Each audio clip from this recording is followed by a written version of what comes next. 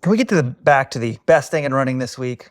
It's back, baby. I said I was going to do it every week. I haven't been doing it. The best thing in running, CJ Albertson joins the sub 210 club, 209.53 for seventh place. 4 of the top 5 most upvoted posts on the forums in the last 24 hours are dedicated to CJ. I mean, first, just a round of applause, because this guy at the Olympic trials was coming on like a freight train. He's a working man's marathoner, gets 5th place. And coming into Boston, John, I mean, he outlined, somehow he thought, like, oh, it's hard. The training hasn't been going great. I had to recover from the marathon trials.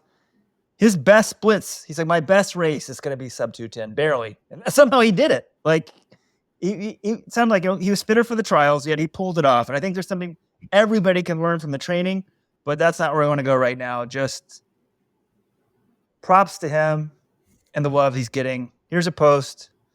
Yes, he's a stud. Not a stud in the way that the Olympic qualifiers are, but he's got guts, and his gritty approach to racing is good for the sport. He's got big goals and chases them. Oops, well, I wasn't really going for any negativity, and he's more consistent than the big mouth fobble. So, just trying to be more upbeat in this segment, but hey, fans are entitled to their opinions. You can root for people over other people. Congrats, CJ. I don't see how you can't be a fan of CJ Albertson. This guy he's taken an unconventional approach to the marathon. He's self-coached. He does things his own way, but he gets results. 5th in the Olympic marathon trials. He top American in Boston, 7th place. He'd run 210 or 211 10 times since the start of 2020 and never broken 210. He'd come close a bunch of times.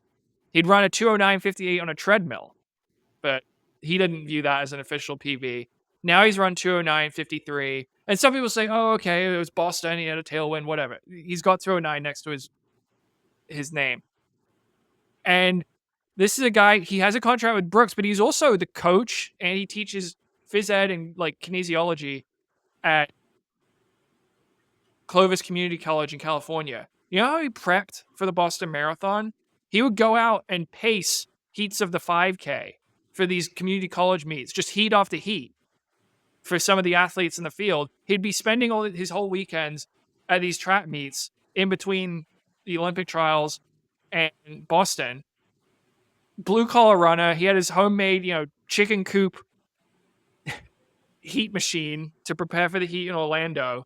And he's a unique individual, and he goes for it in races, and I just appreciate what he brings to the sport. And I think it was nice to see a guy like that rewarded for his hard efforts with his 209.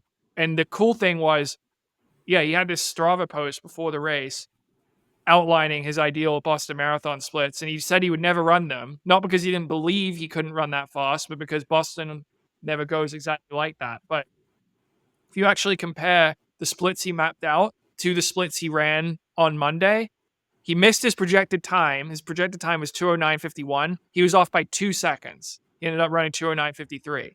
And the way his splits panned out were quite similar. So I thought that was really cool. It was, he was on 207 pace through midway and slowed down a little bit, but I just thought it was a cool story. So yeah, I'm with you, Robert. I'm sorry, Weldon, in terms of the best running thing of the week. The one thing I'm kind of curious about, though, is he didn't. If you look at his Strava in between the trials and Boston, CJ didn't have a huge. Like usually, you'll see a couple of monster sessions, like really long workouts, or he'll even run a marathon in his training for another marathon and something like that.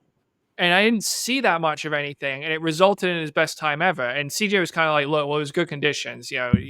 This may not have been like that much better than his previous Boston appearances.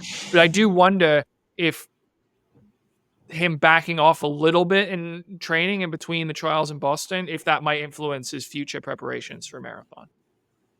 Related to that, I think you can take something from the training. CJ had to back off, and he still ran really well. He ran well at the trials too. But contrast that with Elkanah Kabet, who was 4th at the trials, and told me before Boston, you guys missed it. So you're not a Supporters Club member, you need to be a Supporters Club member. Join today, letsrun.com/subscribe, because this was on the exclusive second podcast you get for Supporters Club members. But Elkanah said, I was like, how would your fitness for Boston compare to the trials? He said, oh, I wasn't that fit for the trials. This is the guy who came within seconds of making the U.S. Olympic marathon team. And he's like, I'm much fitter for Boston. And Boston, he goes out 29-something low for 10K. At the half, he was 103.15. He's like 37 seconds ahead of CJ. Holds on, runs 2:12.32.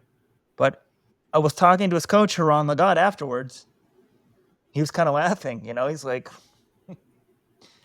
well, look what CJ did. He's like, essentially, CJ did what Elkanah did at the trials. Like, you can overdo it during the race or in training, and there's a, happy medium. Because I think we see a lot of athletes cook it either too hard in the race or too hard in training, and it doesn't come together marathon day. And John, a real quick shout out. This guy's kind of blowing up on the boards. Ryan Eiler? I've never heard of him. John, he's a Bostonian. 38 years old.